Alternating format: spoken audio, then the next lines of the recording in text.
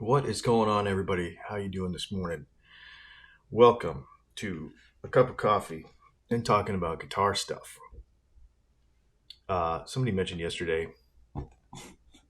that this thing needs to be a little louder and on a vibration dampener. It's because I think I had my hand on the bass yesterday, so we will not do that today. Okay, so today I want to talk about this Thomann Fender thing. This is an interesting one. I really don't know how I feel about this. And I'm going to explain why, because this kind of goes both ways, but it also speaks to kind of guitar players talking out of the both sides of their mouth all the time, which is sort of weird. Last week it was all Fender is the big guy and the big guy needs to leave the little guy alone sort of thing. So they do like what, 700 to 900 million dollars in sales a year, which that's not nothing, right? That's pretty big. Thomann does like 1.5 billion.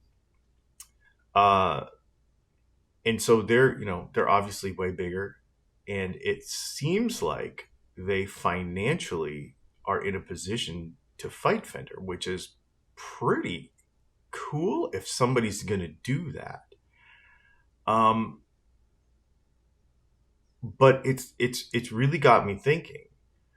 Why are we rooting for them to quote unquote do the right thing when last week Fender's like, I'm just trying to protect my IP. Now, I'm not defending them. They did it wrong. It's stupid. But one of the things that makes me think about is this whole concept in general. So Fender was once, building guitars in his garage or whatever. Gibson was once an upstart company. Thomann was one time at that point too. Amazon, Apple, all of that stuff.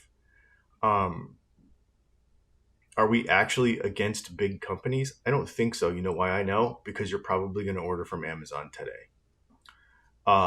You're watching this on a big company device, right? Whether it's an LG TV or a Samsung TV or an iPhone or a laptop or in your car while you're driving to work. So the issue is not the size of the company. The issue is not the power of the company, because the power of the company is based on how much money they have, obviously, because that, how good of a lawyer can you afford is pretty much, or the team of lawyers, right? But I think one of the things that we do in the situation like this that I don't want to do. Okay, I want to make sure that I don't do this.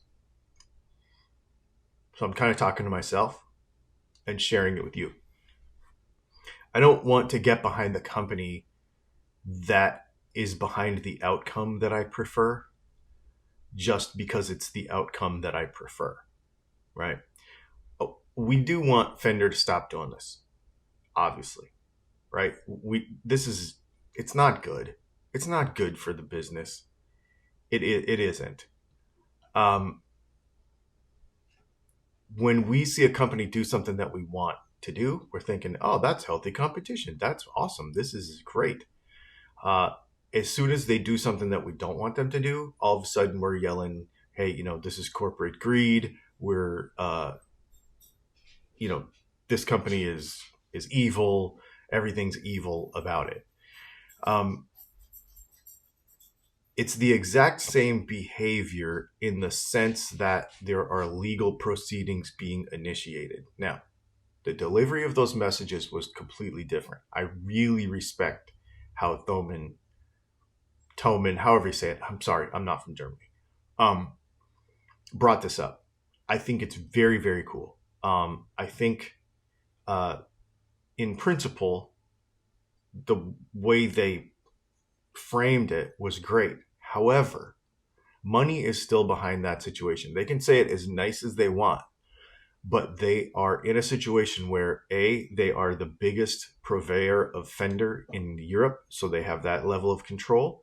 They also have the money to try to stop Fender from doing whatever. The other thing is they have they're from there. Okay. So one of the things that most guitar players, especially in the United States, is getting wrong is the legal part of it. Here's why. You don't live there. You don't know what's going on. You don't know how the law works. Everybody thinks they know how the law works, but they don't. On our Patreon last month, we had a friend of ours who's a lawyer, and he was on our Patreon hangout, and he made this whole presentation for us because he's into this stuff more on a global thing. He's over in Asia. And so understanding it from the European side, not from the American side. And they sort of do, it's a lot different over there. Okay. And so Thomann, however you say it, they have, that's their home turf, I guess, is what I'm saying. And the lawyers that they have and everybody, that's their home turf. And so I think they do have an advantage. So who's the good guy here?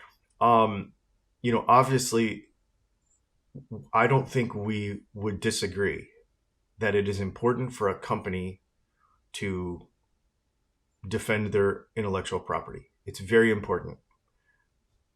The Dean thing that happened recently was almost directly a result, along with other things. There's a lot in that situation. But everybody's like, man, it sucks. Dean went out of business, or Dean filed for Chapter 11. Well, the reason they filed for Chapter 11 is because they did not own their intellectual property, enough of it, and they got into financial situation, and then they mortgaged the rest of it, and boom, now you don't have anything to make anymore. That's tough. So we have to understand that each of these situations is different. I don't like the fact, obviously, we could get back to the fact that Fender's CEO probably has to go. That dude needs to go. He's doing things wrong. But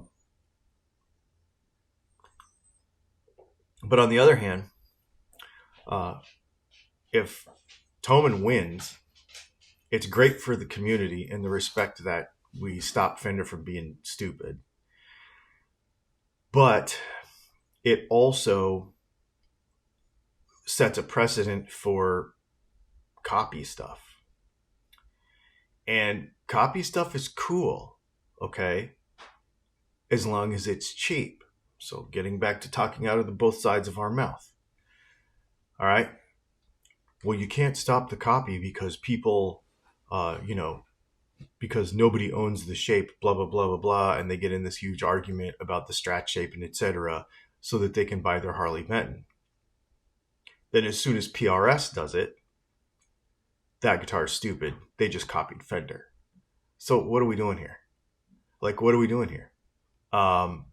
You only want your way when it makes the guitar cheaper, which basically just makes it more Asian built, right? Like from Indonesia, from China. That's basically what it means. So this is an interesting situation because we want this situation to stop.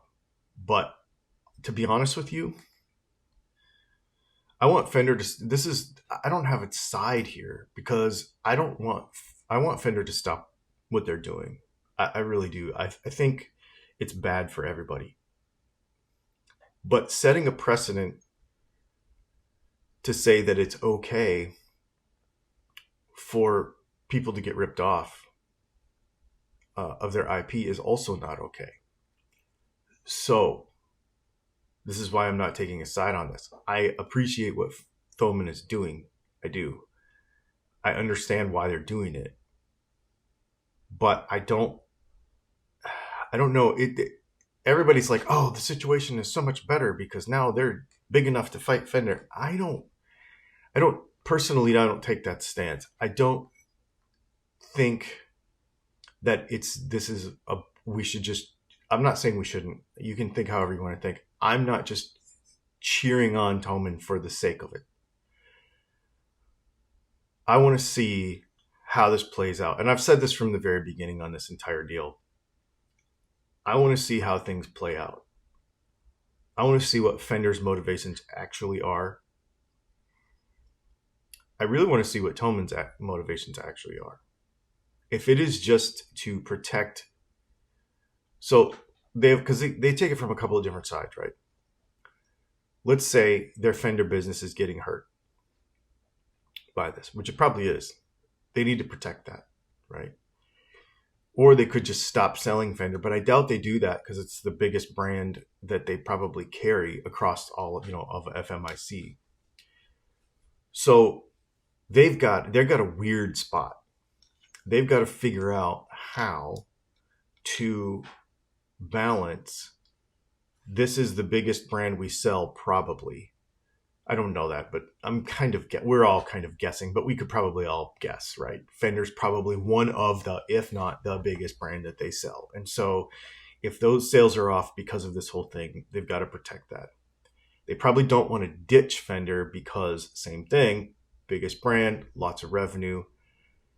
So how do you repair a relationship with somebody on one hand where you're like, look, we have this entire other company in Asia that we use to rip you off, but we also want to sell your products. That's a weird spot. So I'm interested to see how this goes. Why are they doing it? Because I don't know that you can. It's like Thomann's talking out of both sides of their mouth too. And I understand why, because in principle, they're right. This shouldn't be a thing that we're fighting about. The Strat's the Strat, right? And the shape is the shape, and we should all just get along with our lives. So I get why they're fighting for it, but they particularly are in an interesting place because they have more money than anybody to fight Fender. They carry Fender, and they copy Fender. This is a really there's never been anything like this before.